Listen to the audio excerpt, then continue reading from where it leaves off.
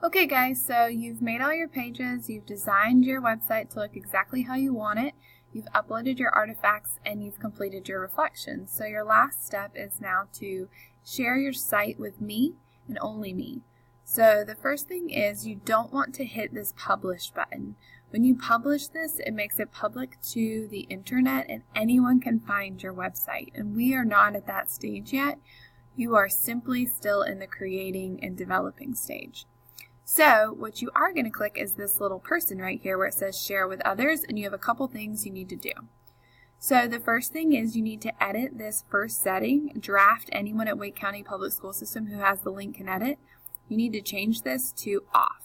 Okay, you don't want anyone with a link to edit your site. And so when it is published, anyone at Wake County Public Schools can find and view.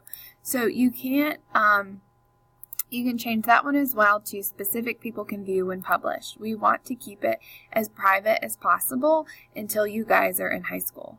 So then you're going to invite me, okay, but this is my page, so you guys will just have to kind of mkibler@wcpss.net, but I need you to unclick the notify button. I don't need 120 emails when I receive your sites. I just need the ability to view your site when you share it with me.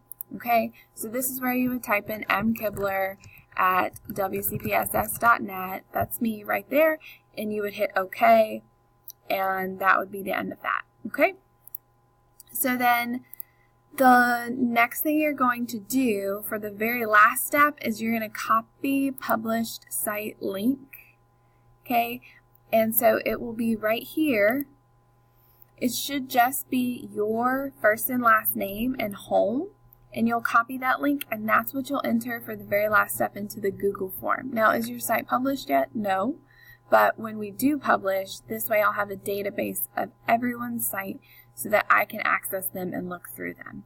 So right now you're just sharing it with me so I can check over it, and you're also giving me the published site link so that we can skip that step at a later date.